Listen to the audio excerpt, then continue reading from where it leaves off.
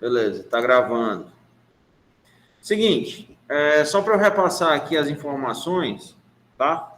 A gente vai ter essa aula de hoje, certo? Falar de lei de Ampère. Depois, a gente tem um feriado de finados e depois a gente não tem aula por conta da conexão fométrica. Nossa próxima aula vai ser dia 16 de novembro, ou seja, vocês vão passar mais de 15 dias sem me ver, tá? Eu vou ficar morrendo de saudade de todos vocês. E aí, na próxima aula do dia 16, eu vou falar sobre lei de indução de Faraday, mas eu vou dar essa aula no laboratório. Ah, professor, eu não vou poder ir para a faculdade, né? Eu quero continuar assistindo a aula de casa. Tudo bem, beleza. Eu vou me virar para ver como é que eu consigo fazer a transmissão disso, certo? Vamos ver como é que a gente consegue ajustar essa situação. Eu vou dar um jeito. Não se preocupe não que eu vou dar um jeito, tá bom? E aí, na aula do dia 23, tá? Na aula do dia 23, vai ser a data que eu marquei para vocês fazerem a apresentação do trabalho de APS. E aí, depois dessas apresentações, a gente faz uma revisão do conteúdo para vocês poderem resolver a AP2, que é logo em seguida, tá? E aí, com isso, a gente encerra a nossa disciplina. Então, a gente vai ter pela frente, tirando a aula de hoje, né? Contando com a aula de hoje, a gente tem mais 3 encontros antes da prova. O que nos resta, pessoal, é tirar o maior proveito dessas aulas, tá? Até porque o conteúdo nessa parte de magnetismo, né? Eletricidade e magnetismo, é um pouquinho mais complexo, tá? Então, não vamos perder tempo e bora para a aula, tá bom? Tranquilo? Deixa eu só me organizar aqui, eu vou criar logo uma outra página para eu ter de rascunho, beleza. Então, bora lá. Deixa eu fazer o seguinte, eu tenho que parar a apresentação, eu vou parar a apresentação e apresentar de novo para a gente ver o PowerPoint. Oi?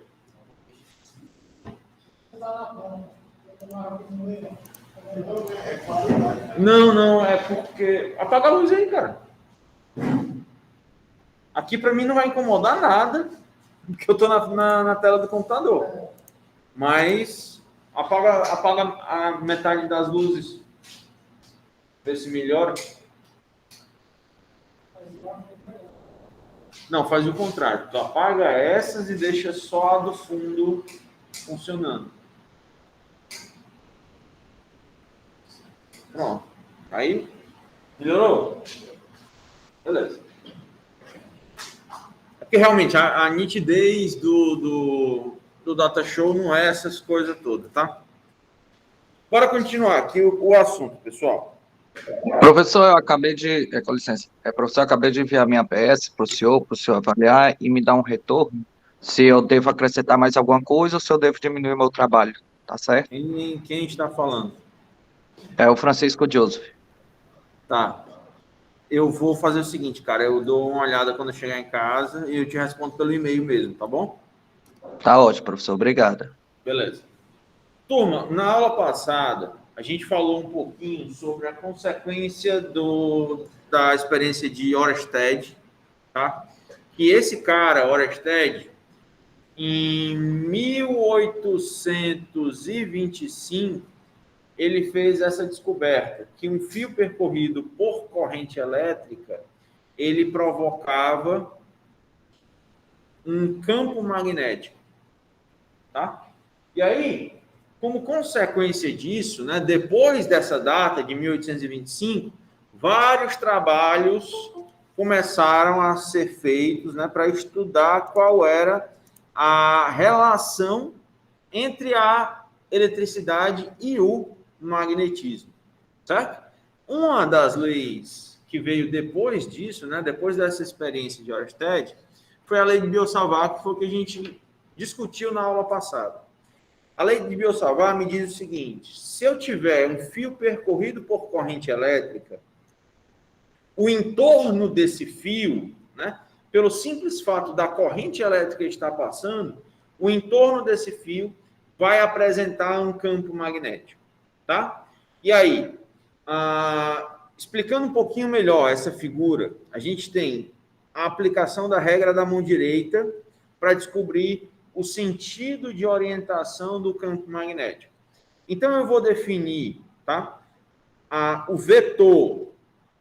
Eu vou definir o vetor x como sendo um vetor entrando no plano do quadro, né, no plano da figura, e eu vou definir um vetor que eu vou chamar de bolinha, e esse vetor ele está saindo. E a gente pode interpretar simplesmente, né, se eu for olhar para a caneta e ver isso aqui como um vetor, se eu estou olhando assim, eu estou vendo a parte de trás da caneta, né, que é o que eu vou dizer que é o meu xizinho, e se eu estou olhando para a ponta da caneta, eu estou vendo só um ponto, que o vetor está saindo do plano do quadro.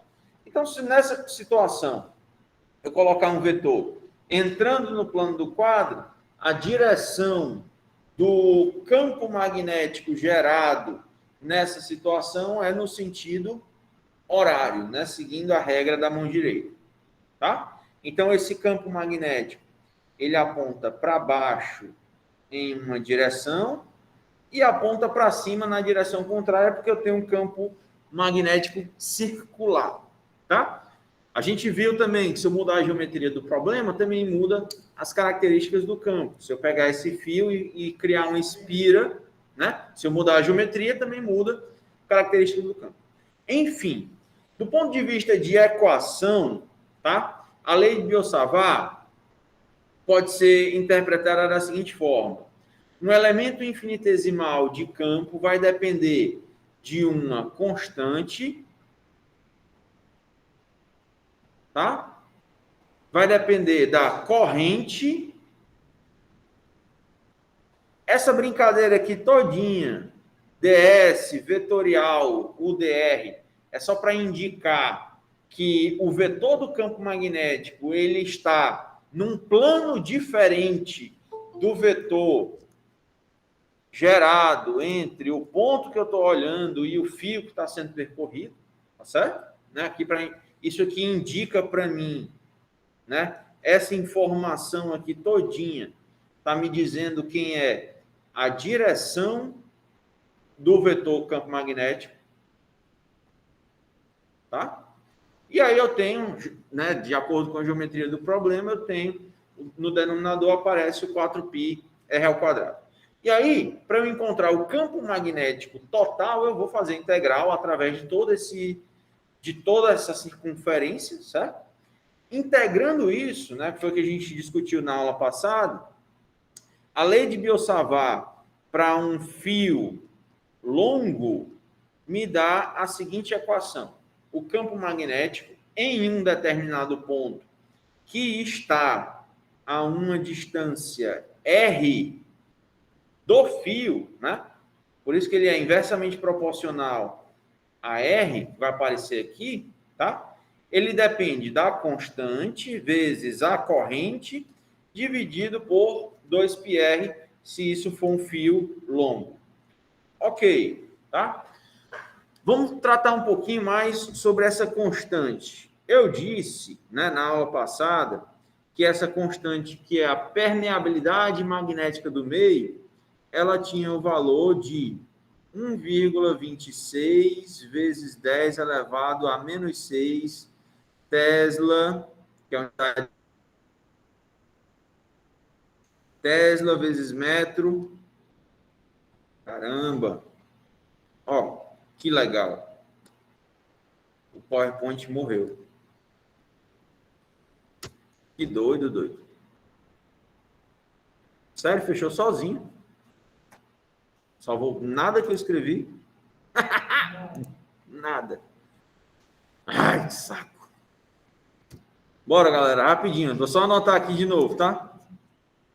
Nunca tinha visto um negócio desse fazer isso. Sério mesmo.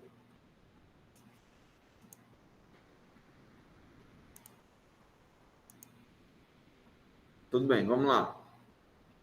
Já que eu Já que eu estou falando... Não, mas eu vou deixar anotado, porque eu salvo e coloco os slides para vocês depois, tá?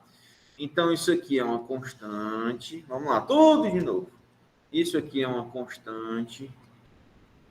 Eu vou já explicar mais sobre ela, constante. Isso aqui é a corrente.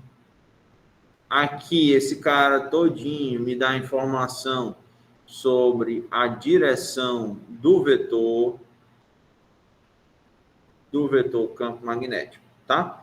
Aí, agora, a constante μ0, eu disse que tinha um valor de 1,26 vezes 10 elevado a menos 6 Tesla vezes metro por ampere, tá? Eu dei esse valor para vocês na aula passada. Mas a gente vai simplificar, tá? O meu problema para facilitar isso em várias situações, eu vou dizer que essa constante é simplesmente 4π vezes 10 a menos 7. Se você fizer a conta de 4π vezes 10 a menos 7 e colocar isso em notação científica, vai bater os 12,6 vezes 10 a menos 7, e em notação científica é 1,26 vezes 10 a menos 6, tá?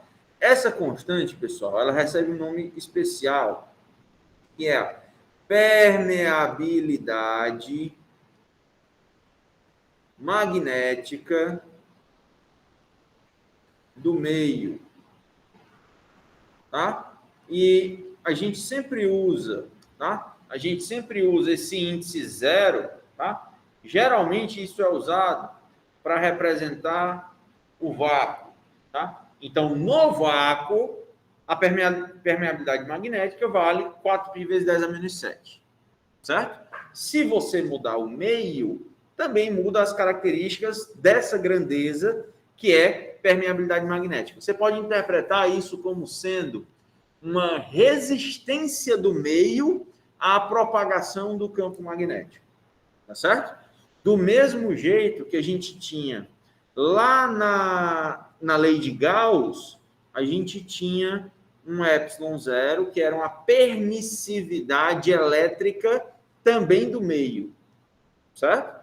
Que era o valor de 8,85 vezes 10 a menos 12 coulomb ao quadrado por Newton vezes metro ao quadrado, tá? Lembrei. Mas só para deixar anotado, 1825 foi a experiência de Oersted. Beleza. Ok. Até aqui tudo bem, tranquilo. Ah, faltou só o vetor campo magnético, que está apontando para cá, para baixo. E eu tenho que o raio R, né, é a distância do fio até o ponto onde eu estou avaliando o campo. E aí, a gente tem o seguinte, que esse campo magnético, ele é inversamente proporcional à distância. Quanto mais distante você tiver do fio, menor vai ser o campo magnético, tá? Então, o campo magnético ele é mais intenso nas proximidades do fio. Beleza, até aí tudo bem. Isso aqui foi o que a gente viu na aula passada, tá certo? Só para deixar o valor da constante, 8,85 vezes 10 elevado a menos 12, coulomb ao quadrado por Newton vezes metro quadrado. Tá? Então, são propriedades dos meios onde você tem as propagações de campo elétrico e campo magnético. Ok. Agora, eu vou brincar um pouquinho com a lei de Biot-Savart, tá? Eu vou fazer isso da seguinte maneira. Eu vou pegar, a partir da lei de Biot-Savart, eu vou demonstrar a lei de Ampère. E isso vai ser feito da seguinte maneira. Eu vou pegar a lei de Biot-Savart e vou multiplicar extremos pelos meios. Certo? Multiplicar extremos pelos meios. Certo? Ou seja, da lei de Biot-Savart, eu vou encontrar que o campo magnético vezes 2πr, que seria 2πr, seria o comprimento dessa circunferência que está grifada em vermelho, certo? Isso é igual a constante vezes a corrente que está passando no fio. Turma, faltou representar só uma coisa aqui que eu esqueci. Aqui eu estou indicando que o fio, né, a corrente que está passando, ela está entrando, e aqui seria a situação onde a corrente que está passando no fio está saindo, né? Só para não faltar nada. Bom, agora eu vou fazer o seguinte. Se eu pegar e percorrer um caminho ao longo dessa circunferência em vermelho, tá? Um caminho DS, ao longo dessa circunferência em vermelho, eu vou encontrar o seguinte, que a integral de linha do campo magnético vezes o DS, né, vai ser a integral de 0 a 2πr, né? Se eu estou saindo aqui do zero, depois que eu der uma volta nessa circunferência, eu vou ter completado 2πr, né, que é justamente o perímetro da circunferência. E esse valor, tá? Esse valor a gente já conhece que, da lei de Biot-Savart, o campo magnético vezes o perímetro é igual a constante vezes a corrente. Ou seja, eu posso igualar, né? O que eu estou fazendo é o seguinte, eu estou igualando esse termo, eu estou igualando a este termo, porque a gente tem uma situação comum que o campo magnético vezes 2πr aparece nas duas equações. Então, eu posso igualar essas coisas. Ou seja, a integral de linha do campo magnético ao longo de um caminho, tá? Ao longo de uma volta fechada, é igual a uma constante vezes a corrente. Tá certo? Então, essa aqui, pessoal, é a lei de Ampère. Né? A partir da lei de Biot-Savart, você demonstra facilmente a lei de Ampère. E a lei de Ampère, ela é muito poderosa no sentido de que, fazendo comparação com a lei de Gauss, a gente fazia uma gaussiana para ver qual era a carga interna que tinha dentro da gaussiana, né? Através da lei de Gauss. Eu vou fazer a mesma coisa, de forma similar, né? Para a lei de Ampère. Ou seja, eu vou observar qual é o comportamento de uma superfície fechada, né?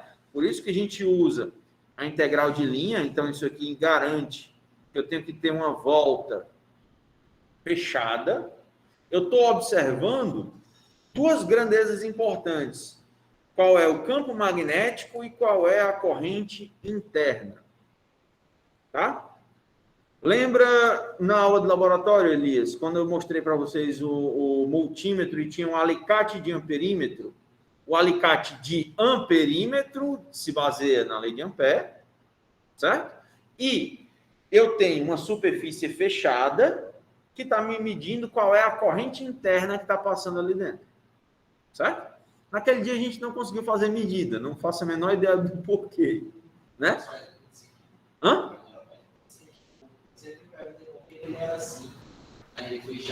Pois é, ele fecha e o fio tem que estar no meio, né?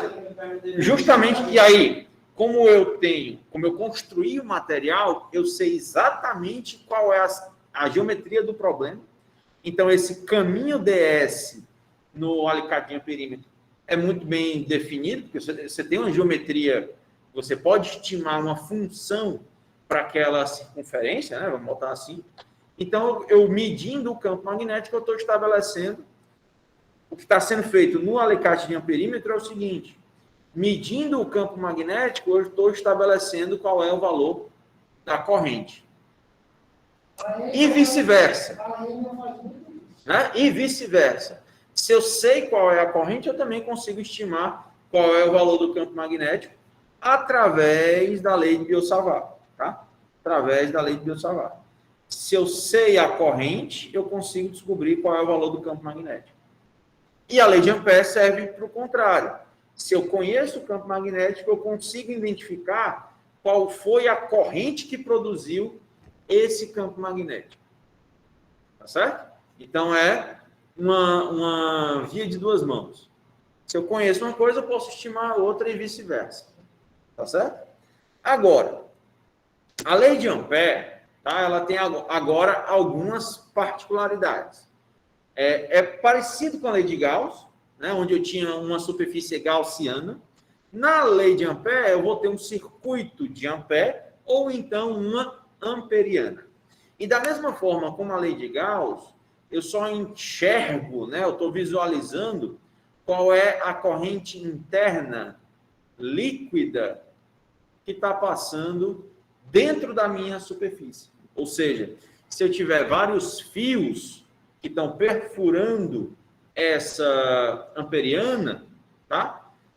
Dessa forma, eu não sei identificar qual é a corrente individual, a não ser que eu fizesse novas amperianas para cada fio, aí sim, eu poderia determinar qual é a corrente individual, mas se eu tiver um conjunto de fios, eu posso determinar a corrente líquida interna que está passando dentro do meu circuito de Ampere, dentro da minha amperiana.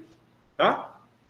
E aí, eu vou estabelecer uma convenção de sinais, tá? Eu vou estabelecer uma convenção de sinais e utilizar a regra da mão direita para determinar os valores, se são positivos ou negativos, dessas correntes elétricas.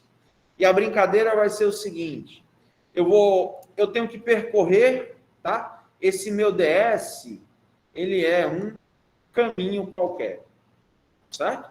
Eu vou fazer uma integral, por exemplo, de 0 a 2π, mas eu posso fazer uma integral de 0 a 2πr, né? No sentido horário ou então no sentido anti-horário.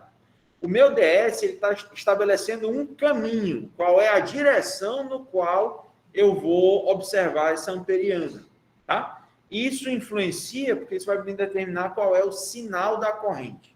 Assim, eu vou colocar os meus dedos no sentido do caminho da amperiana e as correntes que estão apontando para cima, de acordo com o meu dedão, né, no mesmo sentido do meu dedão, elas são positivas.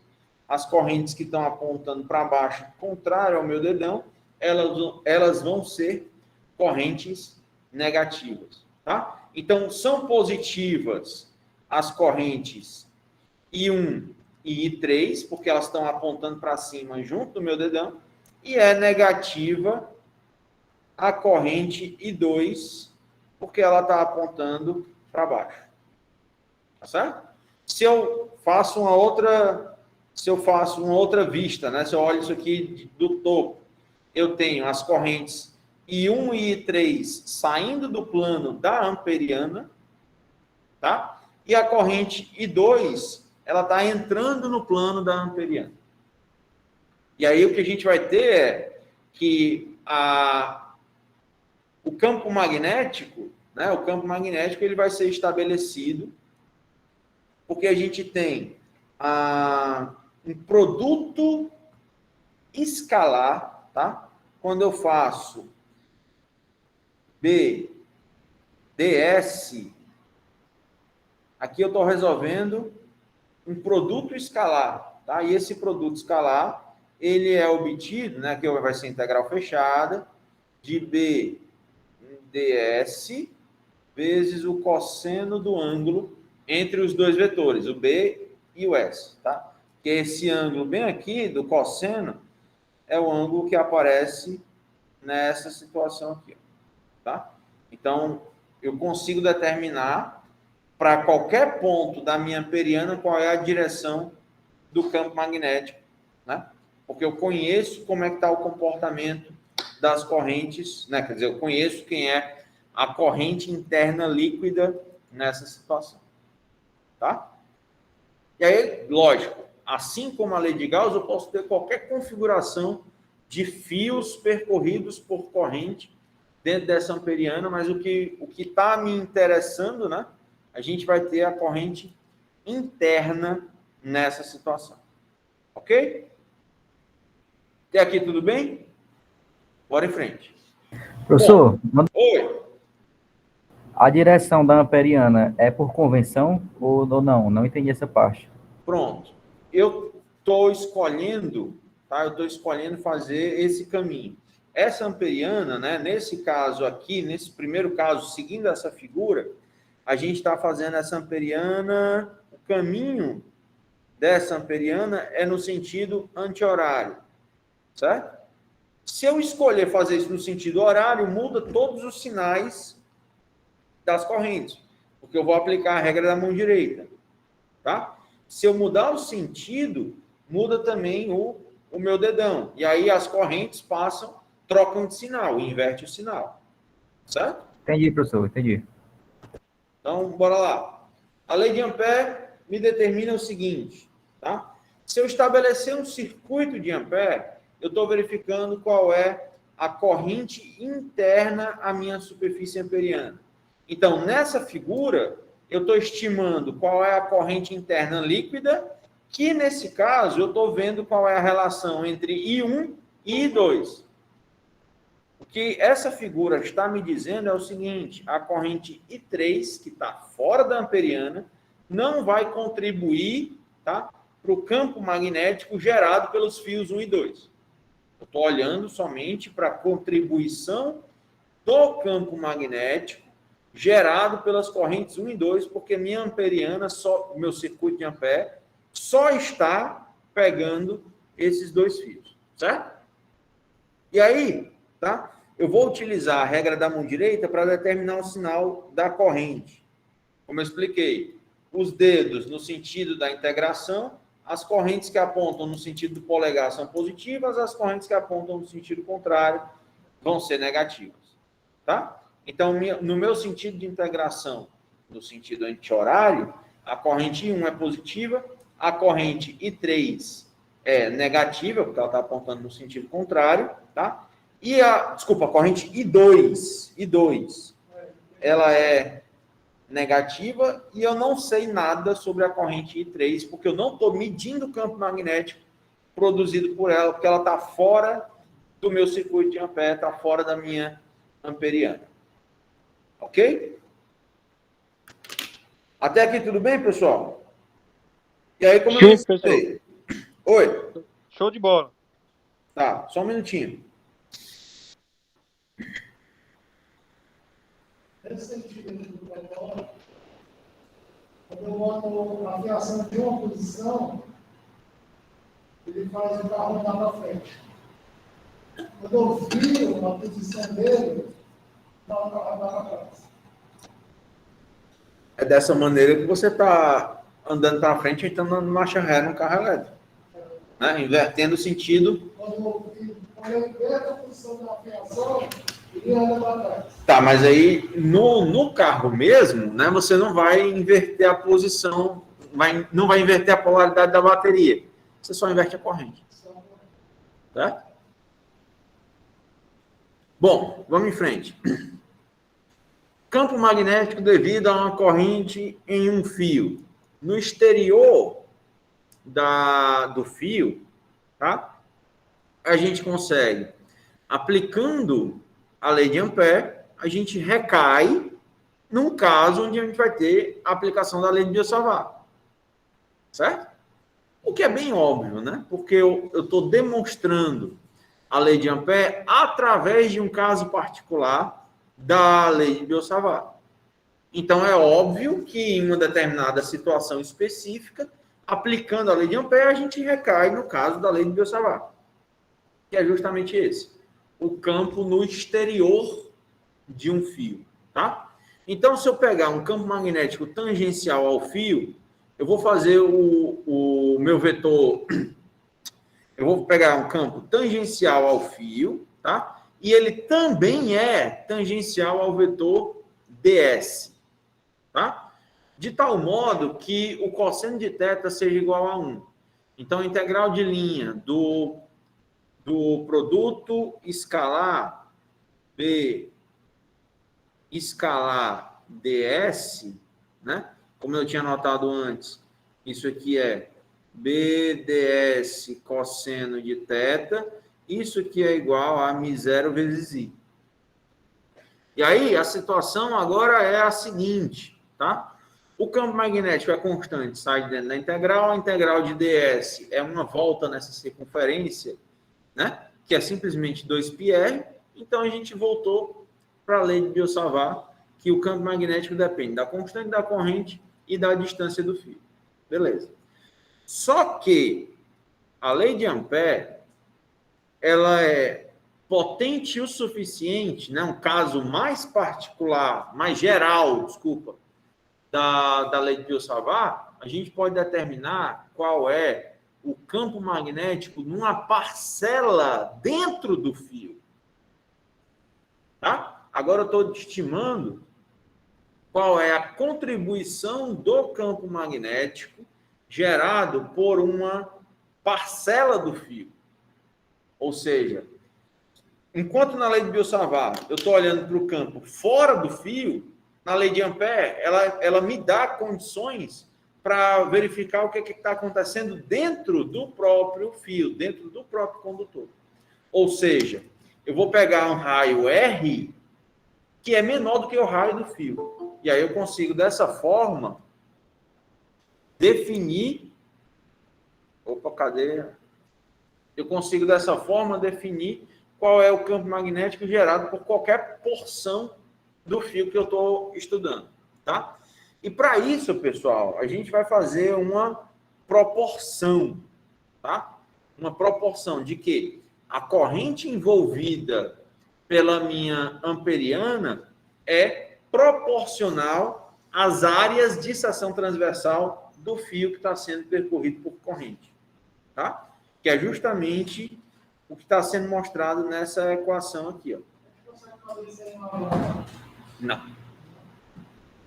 Porque eu não tenho condições, né, de verificar, colocar, por exemplo, o medidor dentro do fio. Certo? Eu consigo medir a parte externa, né? A parte interna, não. Mas a lei é tão poderosa, né? A parte matemática é tão poderosa que me permite verificar essas contribuições de campo magnético dentro do interior do próprio condutor. Tá bom? E aí, a gente vai fazer isso através de uma estimativa, tá, de proporção, onde a corrente que está sendo envolvida pela minha amperiana, ela é proporcional à área de seção transversal do fio, tá? E aí a gente consegue definir o seguinte, que a corrente envolvida depende da corrente total. Aqui eu tenho a área da amperiana,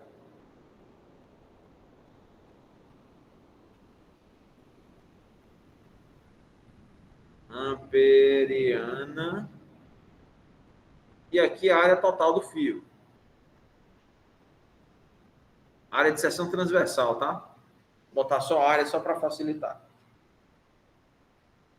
Mas é a área da seção transversal. Ok? Amperiana. Vamos anotar direitinho para ficar para vocês. Amperiana. Ok. O PowerPoint é muito legal, mas se eu fixar um pouco o ponto, já aparece esse negócio muito chato, tá? Então, dessa forma, tá? Trabalhando com aplicando a lei de Ampère e utilizando essa noção de que a corrente envolvida é proporcional às áreas de seção transversal, eu tenho aqui agora a seguinte função. O campo magnético depende da constante, vezes a corrente, vezes o raio da amperiana, dividido por 2πr ao quadrado, onde esse R, né, o raio da amperiana, é menor, tá? Aqui eu tenho que o raio da amperiana é menor do que o raio do fio, para essa equação. Se a gente pega na situação onde eu faço com que o raio da amperiana seja exatamente igual ao raio do fio, a gente vai encontrar novamente a lei de Biot-Savart, tá? Me dizendo o seguinte: na superfície do fio, eu também posso aplicar a lei de Biot-Savart, tá? Lógico, sabendo qual é a dimensão do fio, sabendo qual é o raio do fio, tá? Então, nessa situação aqui, a gente novamente recai, tá, na lei de Biot-Savart.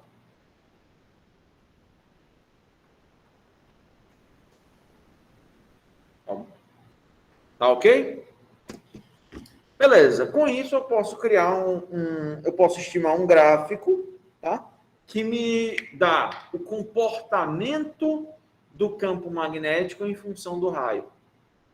E aí o que a gente tem é o seguinte: Se você está dentro do fio, tá? Com raio igual a 0, se a tua amperiana tem raio igual a 0, nenhuma corrente está passando sobre ela, o campo magnético é igual a 0. Se eu for aumentando o raio da minha amperiana, vai aumentando a corrente envolvida pelo fio, né? Ou seja, se eu pegar esse raiozinho R e estiver aumentando, ele é diretamente proporcional ao campo magnético de forma linear, tá? É diretamente proporcional de forma linear, porque todo o resto é constante. Miséria é constante, a corrente é constante e o raio do fio também é constante. Então, o raio da amperiana ele é diretamente proporcional ao campo magnético. Então, quanto mais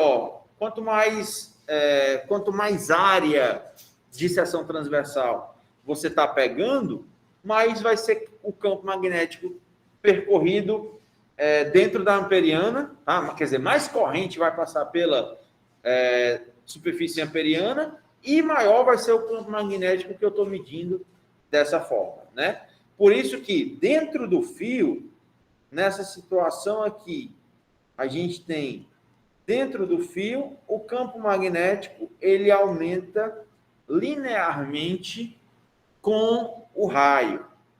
E aí, na hora que eu estou do lado de fora do fio, onde passa a valer a lei de Biot-Savart, que é um caso particular da lei de Ampère, a gente vai ter um decaimento, porque isso agora, esse campo magnético, ele é inversamente proporcional ao raio. Dentro do fio, o campo magnético ele é diretamente proporcional ao raio. Tá certo? Então, aqui seria a situação fora do fio. Tá bom? E aí, o valor máximo, tá? O valor máximo é justamente a situação onde você está na superfície do fio. É a região, né? O ponto onde você tem o maior campo magnético produzido nessa situação. Ok? Até aqui tudo bem, pessoal? Pronto. Beleza. Vamos falar agora de uma solenoide.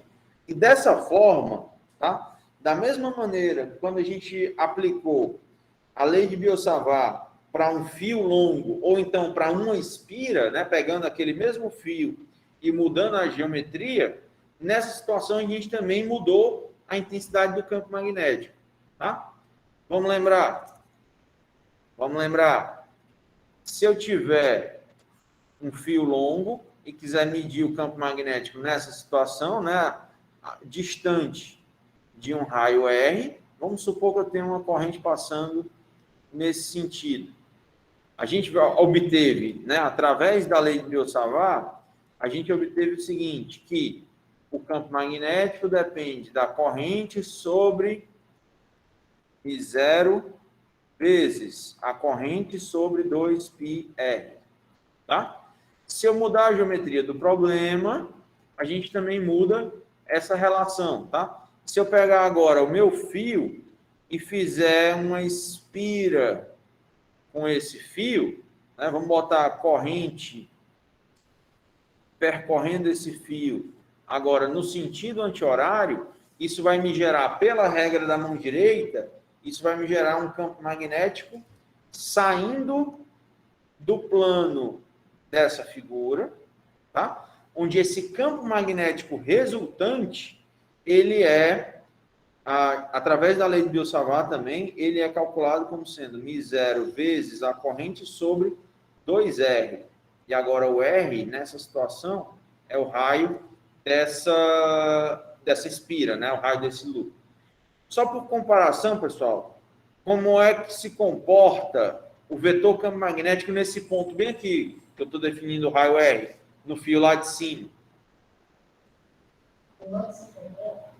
Como é que se comporta o campo magnético bem aqui? Ele está entrando ou está saindo do plano? Ele está saindo. Ele está saindo. Ele está saindo. Quer dizer, nesse ponto aqui ele está entrando. Aqui ele está entrando. Ó. A corrente está para cá. A regra é da mão direita. Não, cara. A corrente está aqui, ó. Tá? Eu vou colocar o meu dedão no sentido da corrente. O campo magnético está entrando aqui e está saindo aqui, ó. Certo? Mas no ponto que eu determinei, o campo está entrando. Certo? Aqui o campo está entrando, bem aqui, o campo magnético está saindo, é mão direita. Não confunde as mãos, que aí você troca o sentido de tudo, tá? E aqui eu tenho um campo magnético, né, saindo, porque a corrente está no sentido anti-horário. Professor, isso aí é para diminuir mais a força da energia, a força da corrente, ele dá 1, 2, a volta, para poder dar uma diminuída. Deixa eu ver. Ele fio reto, Certo. ele passa a energia mais rápido. E ele espiral, ele vai demorar mais um pouquinho para chegar aqui, ou Não. Isso é mais estético. Não. Também não. O campo magnético, vamos lá, olhando só para essa situação, tá? Olhando só para essa situação, ainda em relação à lei de Biot-Savart, onde é que o campo magnético é maior? Em qual das duas geometrias o campo magnético é maior? É fio circular. Não, tudo bem, Elias, mas tu, Sérgio, o que é que tu acha? Eu acho que na entrada ele tem mais Entrada de quê, mano? energia, né? Em qual das duas o campo magnético? Em qual dos dois pontos? Nesse ponto, vamos supor que o raio é o mesmo. Certo. Nesse ponto, ou nesse ponto, onde é o campo magnético vai ser maior? Eu acho que esse que roda. Certo. Por quê? Pela concentração dele, né? Hã? A concentração dele. Não sei se concentração seria bem a palavra. Porque assim, pelo que eu tô, o campo magnético, quando a corrente está centralizada, ele é distribuído, né, ao redor dela. Certo? Quando ele está com a corrente circulando do campo, todo mundo está mudando o campo magnético. Exatamente. Esse campo aqui, ele é um campo magnético resultante. Tá? Ele é um campo magnético resultante. Imagina o seguinte, vai ser osso de desenhar isso aqui, mas imagina o seguinte, estou pegando o mesmo raio R ao longo de todo o fio, tá? Então, se eu pegar um raio R ao longo de todo o fio, aqui eu também tenho um campo entrando, aqui eu também tenho um campo entrando, aqui eu também tenho um campo entrando, aqui eu também tenho um campo... Isso ao longo do fio todo, a mesma coisa. Aqui eu tenho campo saindo, aqui eu tenho campo saindo, aqui eu tenho campo saindo, e assim vai, tá? Na hora que tu mudou a geometria, tá? Eu tenho, vamos lá, dessa parcela, desse pedaço infinitesimal de fio, tá? Desse pedaço infinitesimal de fio bem aqui, eu tenho a contribuição de um campo magnético que está saindo. E tu faz isso uma integral para todo o fio, tá? Então, para cada pedacinho de corrente, tu tem um pedacinho de campo que está saindo. Na hora que tu integra, faz um somatório, tu tá pegando e somando todos os pedacinhos de corrente, quer dizer, todos os pedacinhos de campo magnético produzido pelos pedacinhos de corrente e tá somando todo mundo. Tá certo? E aí, nessa situação, é como se tu estivesse pegando B1, B2, B3, B4 e infinito e somando todo mundo para tu encontrar quem é um campo magnético resultante no centro do fio. Essa é a explicação geométrica. Se eu quiser dar uma explicação analítica, basta tu dizer o seguinte. Se eu chamar isso aqui de B1, campo magnético no fio longo eu vou chamar de B1, e o campo magnético no fio na espira eu vou chamar de B2. Qual é a relação entre essas duas grandezas? Não tem um fator de 1 sobre π nas equações? Não é? Então, o campo magnético B1, ele é igual ao campo magnético B2 dividido por π. Ou seja, o campo magnético no fio é menor do que o campo magnético produzido por uma espira. Tá? Então, o simples fato de mudar a geometria do problema muda a intensidade do campo magnético produzido. E aí, se eu pego esse exemplo e agora pego um conjunto N de espiras, o campo magnético gerado nessa situação vai ser bem maior, né? Vou conseguir gerar um eletroímã dessa maneira, tá? E aí vamos lá, vamos observar aqui essa figura. É possível, né? Se eu disser para vocês que essa solenoide, né, que é um fio enrolado, né, uma bobina, ela é o princípio de funcionamento de um eletroímã. Então ela vai ter polo norte e polo sul, certo? Como é que a gente determina isso? Através da regra da mão direita, sabendo qual é a direção da corrente, eu consigo determinar para onde é que está apontando o campo magnético. O campo magnético no ímã, ele sempre está apontando, tá? Se eu tiver aqui um ímã e um campo magnético dessa forma, eu vou definir que aqui é o polo norte e aqui é o polo sul, tá? O campo magnético, ele sempre vai no interior do ímã, sempre vai do sul para o norte, e no exterior do ímã ele vai fazer aquela volta, né? Saindo do norte para o sul. Então, em qualquer ponto tangente à linha de campo, você está determinando o valor do vetor.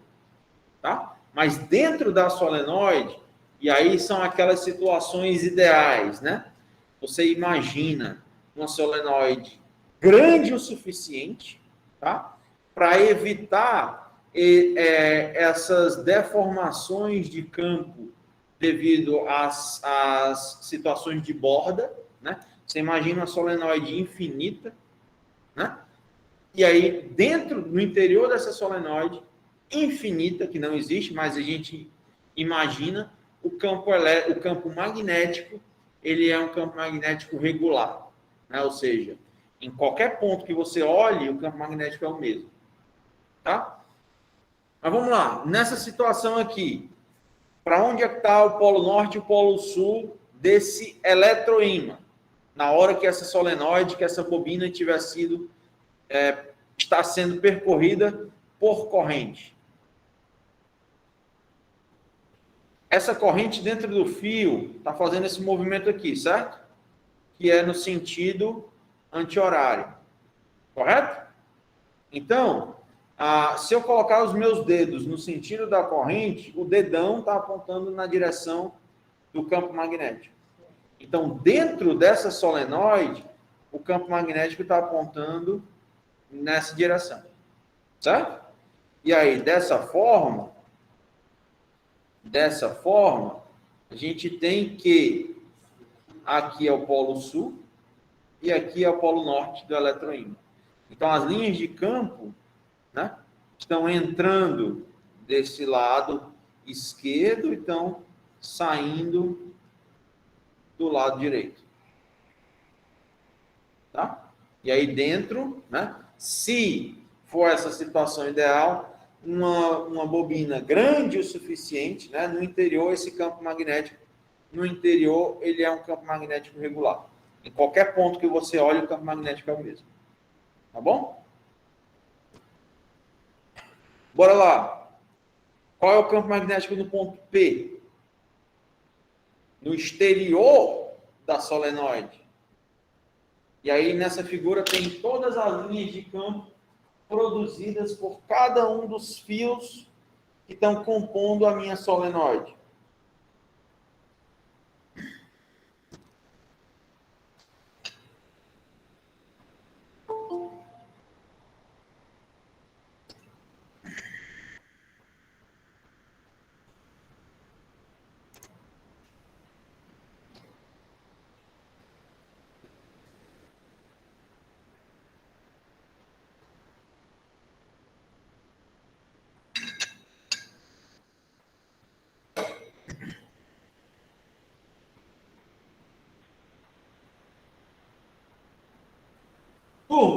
No interior da solenoide, a gente já discutiu, o campo magnético é praticamente regular e é mais intenso, né?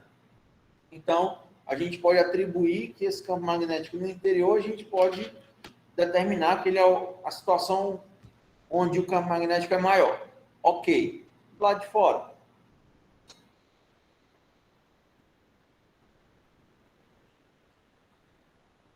Vamos observar aqui uma coisa. No lado externo da minha solenoide, o que ocorre é o seguinte. Mesmo esquema, tá? Numa solenoide ideal, tá? No exterior, o campo magnético é zero. Pelo seguinte, vamos pegar as contribuições individuais de cada fio para o campo magnético sobre aquele ponto P. Nesse fio aqui de cima, tá? Nesse fio aqui de cima, vocês concordam que se eu pegar uma reta tangente ao campo, quer dizer, se eu pegar uma reta tangente à linha de campo, eu tenho o valor do campo, certo? E aí, esse fio que está saindo na parte de cima, ele me dá um campo magnético nessa direção. Se eu olhar para a contribuição do campo magnético do fio na parte de baixo, tá? A contribuição desse fio da corrente que está entrando lá naquele ponto, aquele campo magnético vai estar nessa direção, tá? Ah, professor, mas por conta da lei de Biot-Savart, os campos vão ser diferentes, certo? Porque a distância do fio de cima é menor do que a distância do fio de baixo. Tudo bem, não tem problema.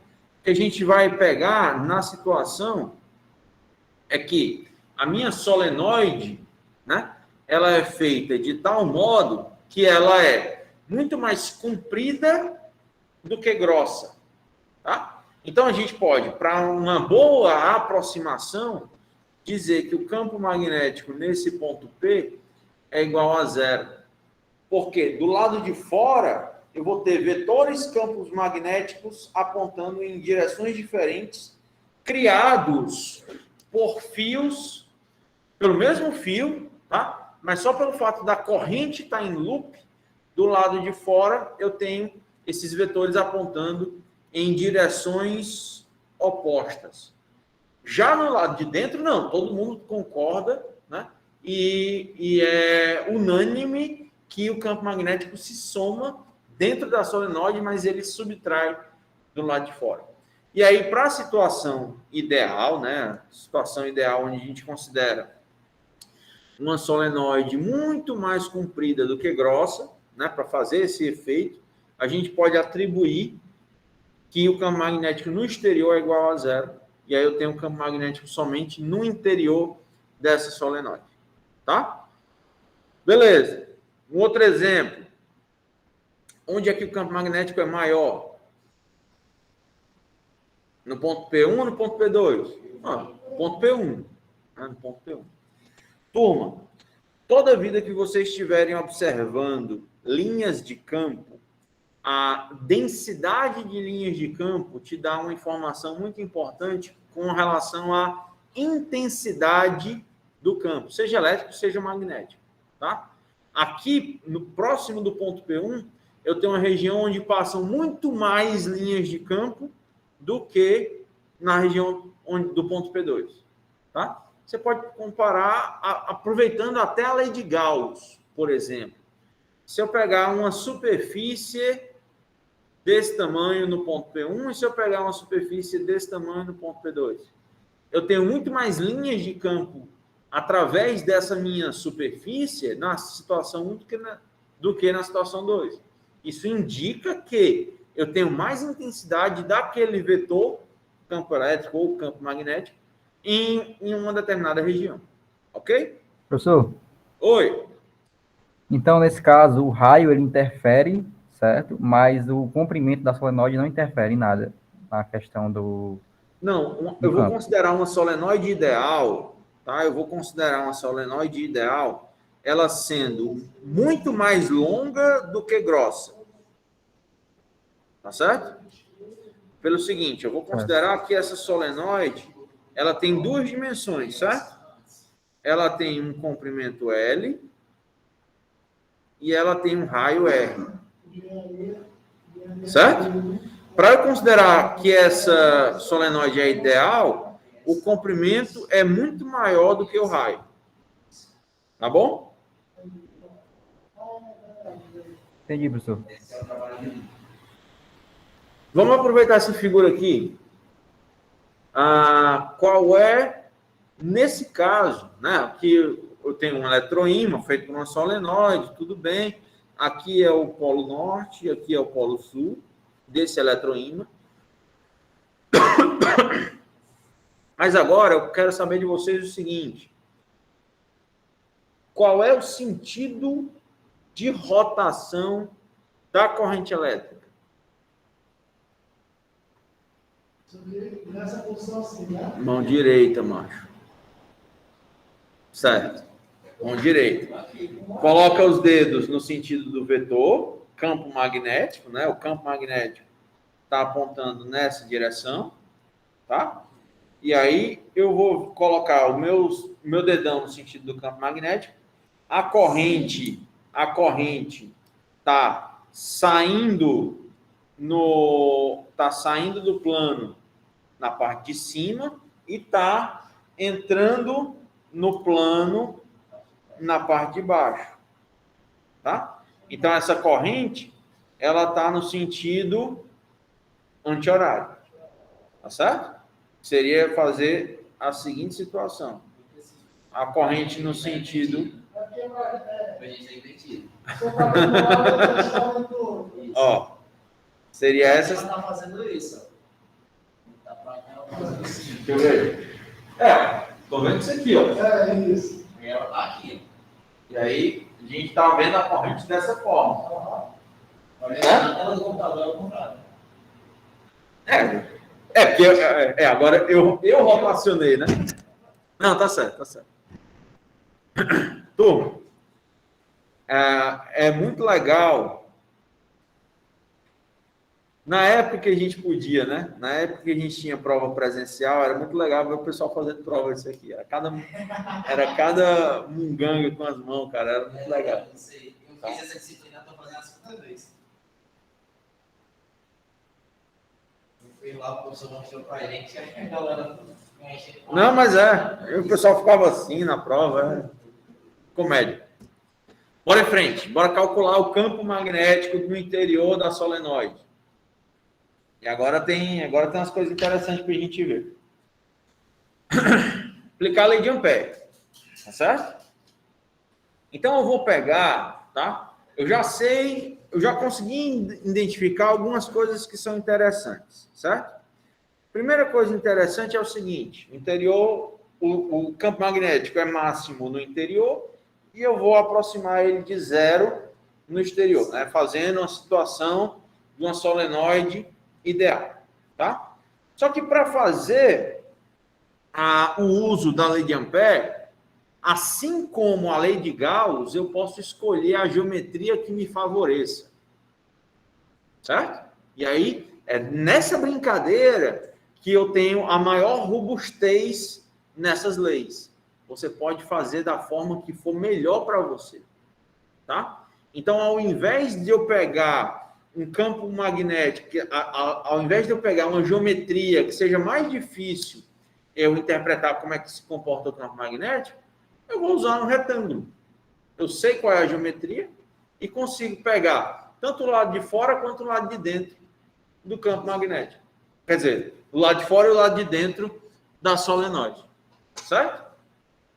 E aí, se eu pegar os quatro lados desse meu retângulo, né, através de quatro caminhos, eu estou determinando qual é a corrente interna, né? Dentro dessa solenoide, eu estou medindo qual é a corrente que está passando pelo fio.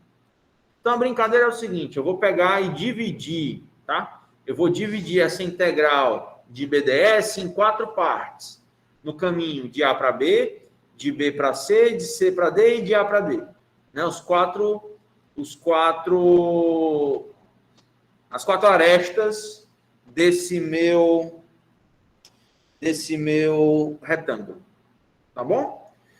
A gente já viu, né, através das informações que eu passei para vocês agora há pouco, que o campo magnético no exterior da solenoide ideal é igual a zero, tá certo? E aí, se ele é igual a zero, o caminho CD, tá? Vamos pegar aqui, o caminho CD, ele é igual a zero. Certo? E aí eu posso zerar mais algumas coisas ainda, tá? Eu não tenho uma integral de linha BDS, só que isso não é dado pelo produto escalar entre B e S.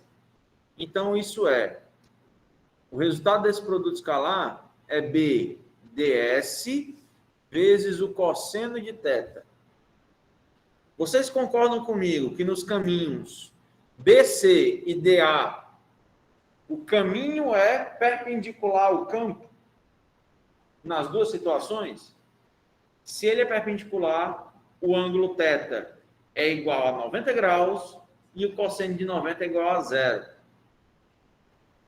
Vamos lá, deixa eu desenhar para explicar, tá certo? Deixa eu pegar essa figura aqui, só para a gente visualizar o que eu estou falando. Vou trazer isso para cá. Opa. Vou trazer isso para cá para poder ficar mais claro do que eu estou falando. Eu estou fazendo a integral, né? A integral de linha, a integral de linha de BDS. Então, isso é um produto escalar. Se é um produto escalar, eu tenho a integral de BDS cosseno de θ, que é o ângulo entre o campo magnético e o caminho. O campo magnético no caminho, vamos pegar o trecho BC, tá certo? Vou pegar o trecho BC.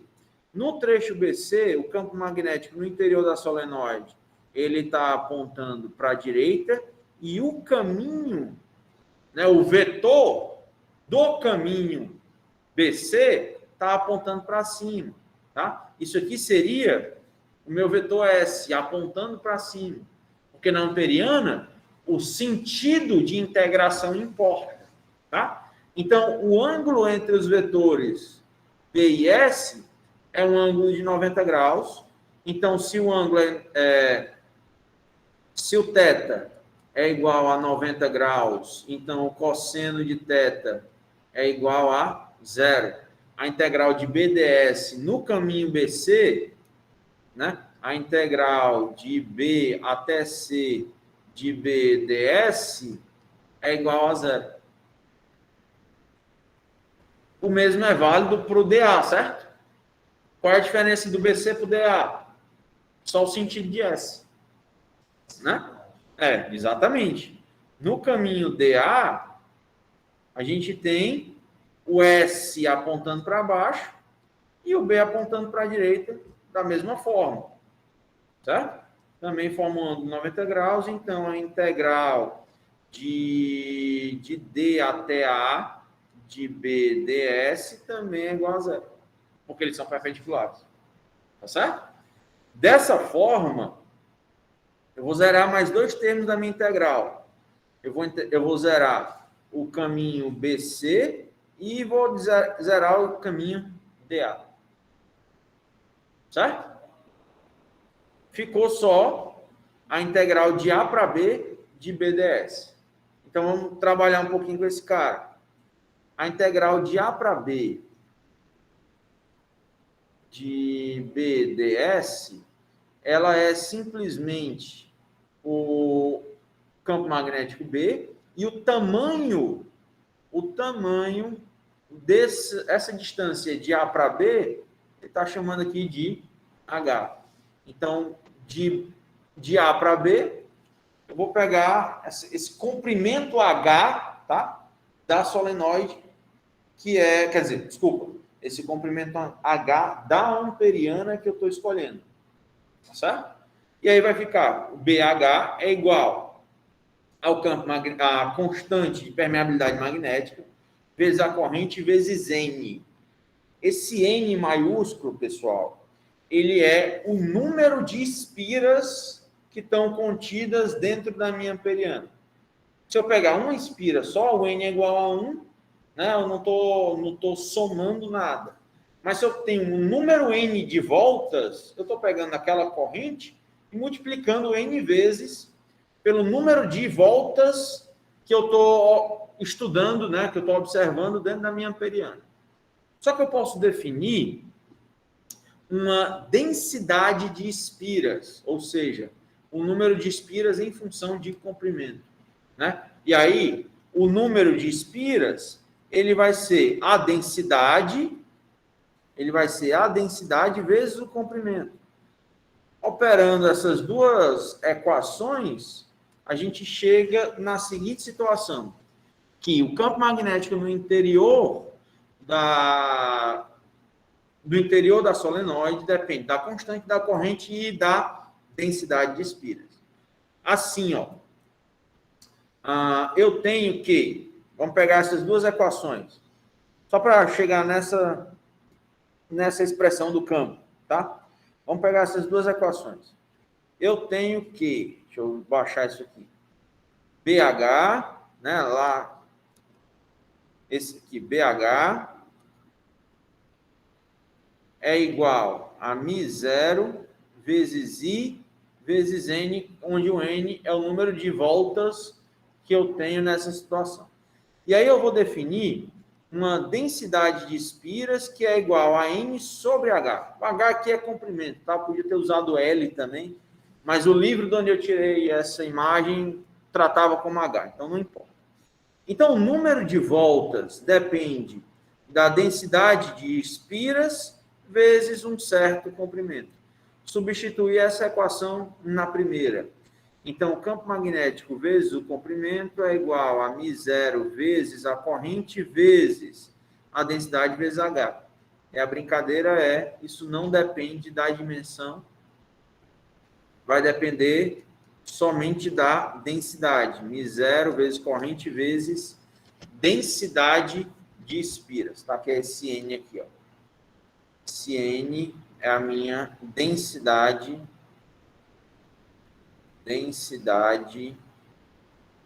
de espiras. Tá bom? Só para mostrar como é que a gente chega nessa equação aqui. Ok? Até aqui tudo bem? Tudo tranquilo? E aí, né, se a gente for fazer um gráfico do campo magnético no interior da solenoide, tá? Isso depende, né? Nesse caso, ele tá dando quais são as dimensões da solenoide, ou seja, ela é mais larga, ela é maior do que mais larga, né? 2 vezes maior nesse caso. Então, eu vou ter esse comportamento, uma função tipo uma parábola, né? Na verdade, isso aí seria uma gaussiana, uma função normal, para mostrar qual é o campo magnético dentro do interior dessa solenoide. E aí, lógico, isso numa situação real, tá? Onde não é mais uma situação infinita, né? Agora eu já tenho o efeito de bordas e por aí vai. Eu consigo, inclusive, calcular qual é o campo magnético externo, tá? Tem uma série de situações mais complexas que eu não vou abordar aqui, tá? Mas o gráfico do comportamento desse campo magnético seria algo parecido com isso. E aí, se você pega, tá? Se você pega uma situação ideal, fazendo com que o comprimento tenda a infinito, na hora que eu fizer o comprimento tendendo a infinito, eu faço com que essa curva tenda a uma reta e o campo magnético é constante dentro da solenoide. Certo? Novamente, não vamos nos alongar muito, que foge do intuito da disciplina. Certo? Eu acho que eu já mostro coisa demais. Mas Aquela história, pessoal, eu sou físico, não sou engenheiro, né? Então, eu peco nesses detalhes, tá bom? Bora ver um exemplo. Bora ver um exemplo.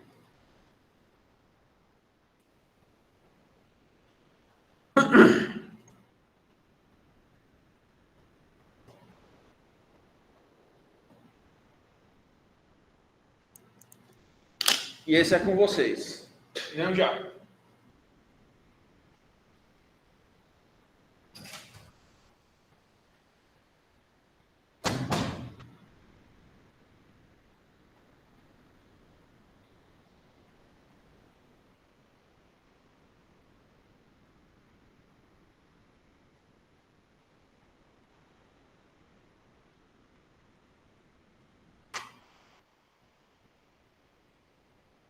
Já tinha feito essa matéria, mas aqui ou em outra matéria?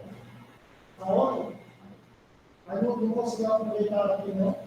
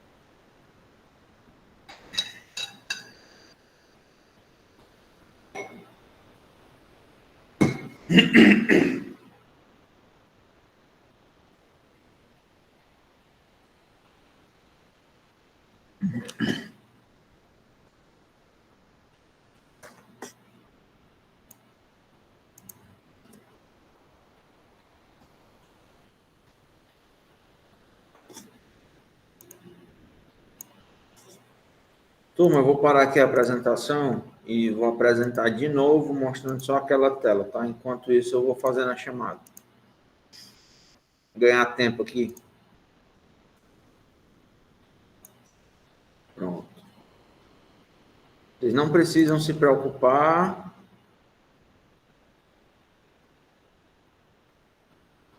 Que eu vou olhando quem está aqui no Meet, tá? Não precisa responder chamada, não.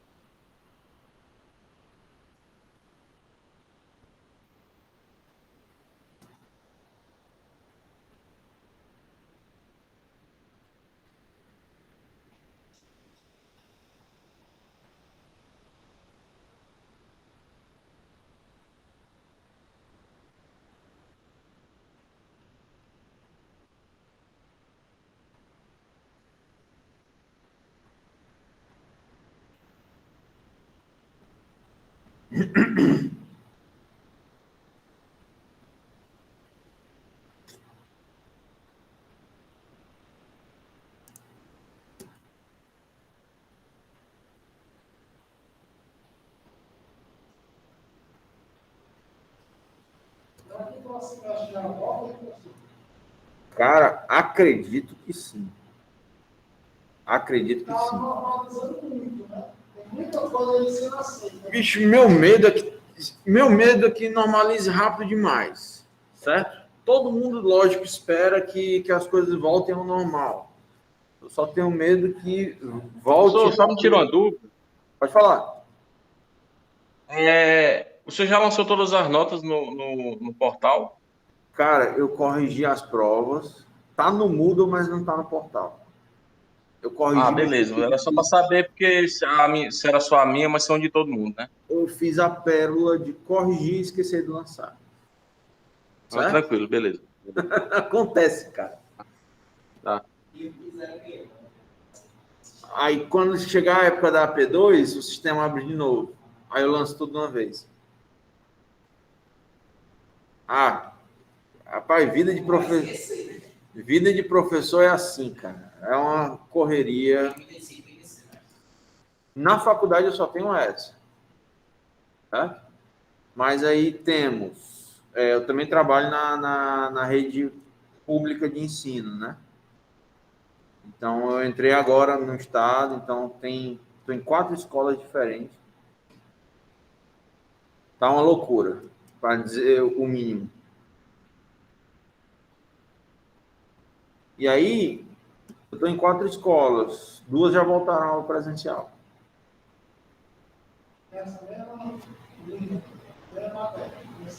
Não, dou aula de física. Aí é um monte de coisa diferente. Não, aí é tudo. Nada, ótimo é massa.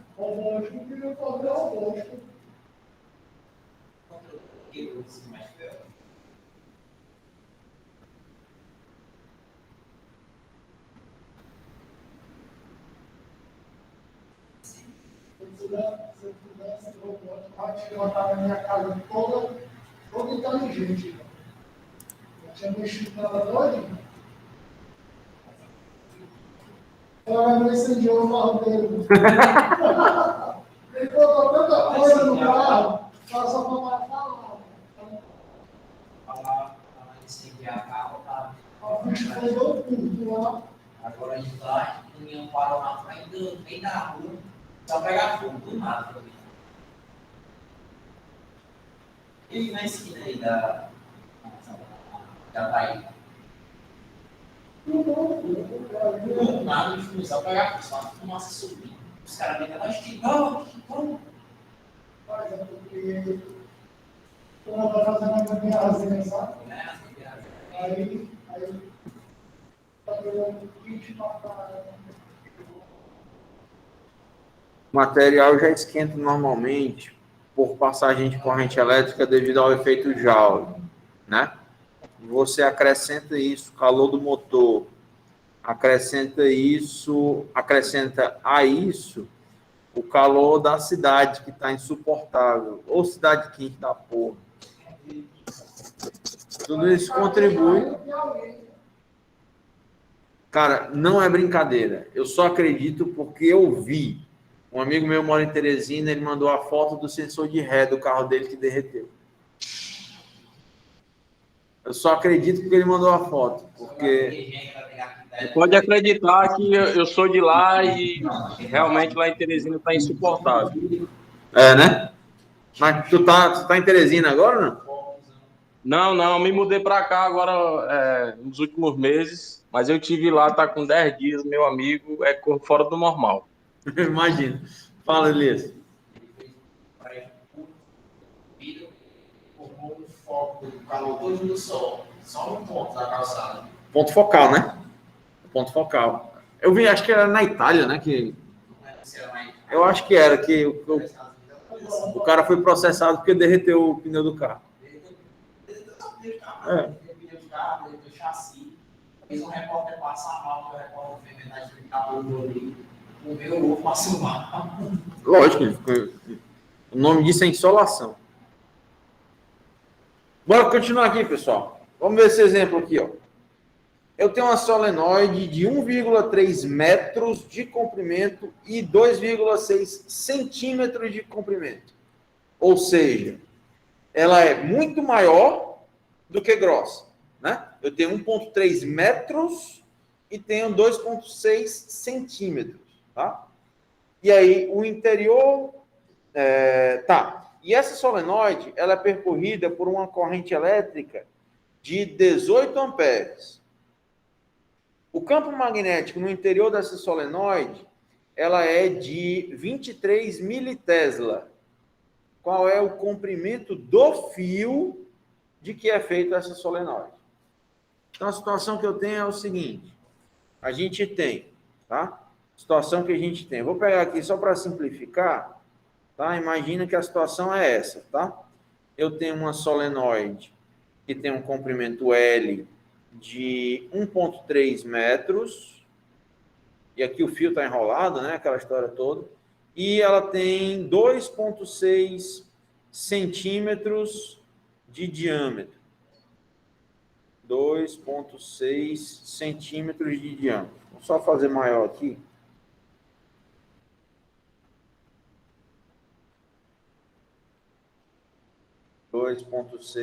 centímetros, que é justamente a espessura. Então, o fio está enrolado nessa solenoide. O fio percorrido por uma corrente de 18 amperes produz no seu interior um campo magnético de 23 militesla, tá? Então, o que a gente vai usar, tá? A equação que a gente vai usar é a equação da solenoide, que é a seguinte, foi o que a gente acabou de ver, tá? O campo magnético depende da constante vezes a corrente vezes a densidade linear de espiras, tá? Então vamos lá. O campo magnético depende da constante vezes a corrente vezes a densidade linear.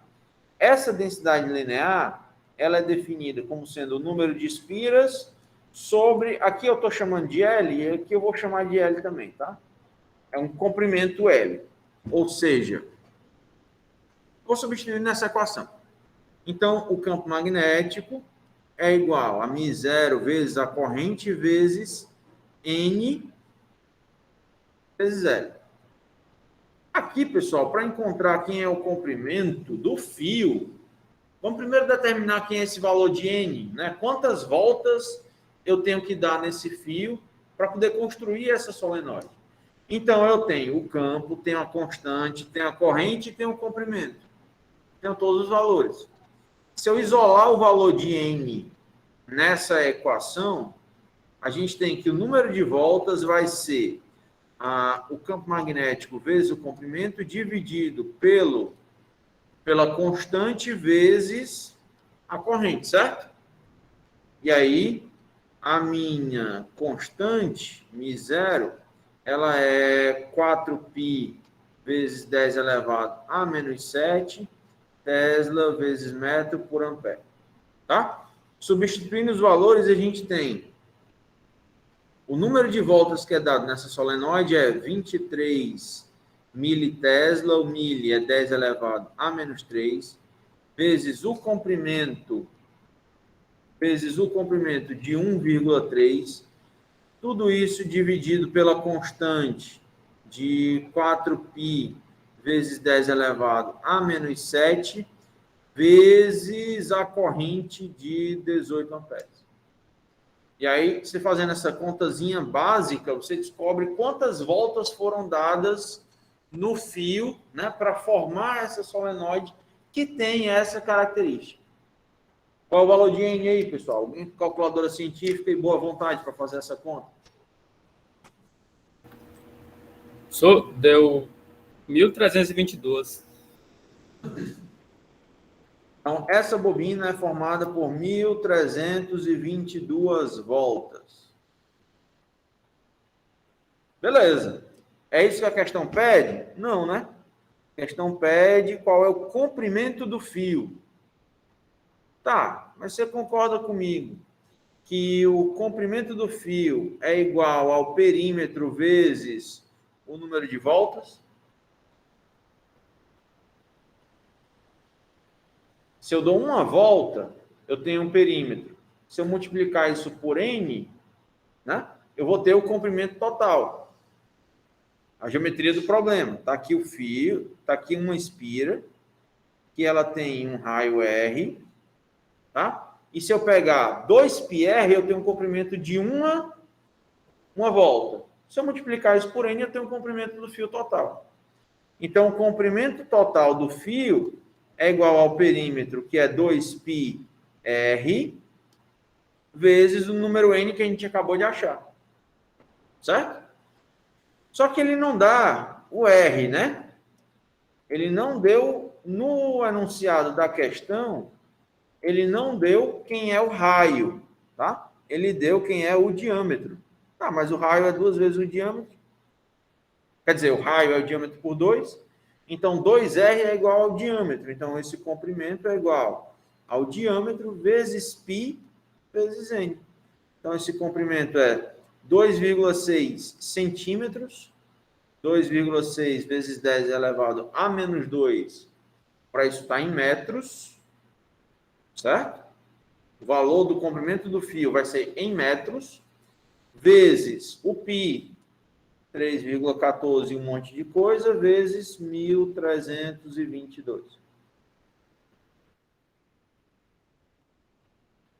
E agora o valor vai ser quanto?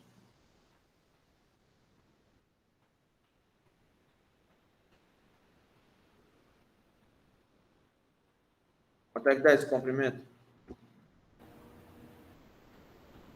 Deu 107,93. 107,93 metros. Ou seja, eu preciso de um pedaço de fio de 100 metros, para mais de 100 metros, né? Para fazer essa bobina de 1,5 de 1,3 metros, dado 1.300 voltas, né? Para a gente conseguir essa característica aqui dela. Tá bom? Tranquilo? Vou fazer só o seguinte, deixa eu parar e apresentar aqui.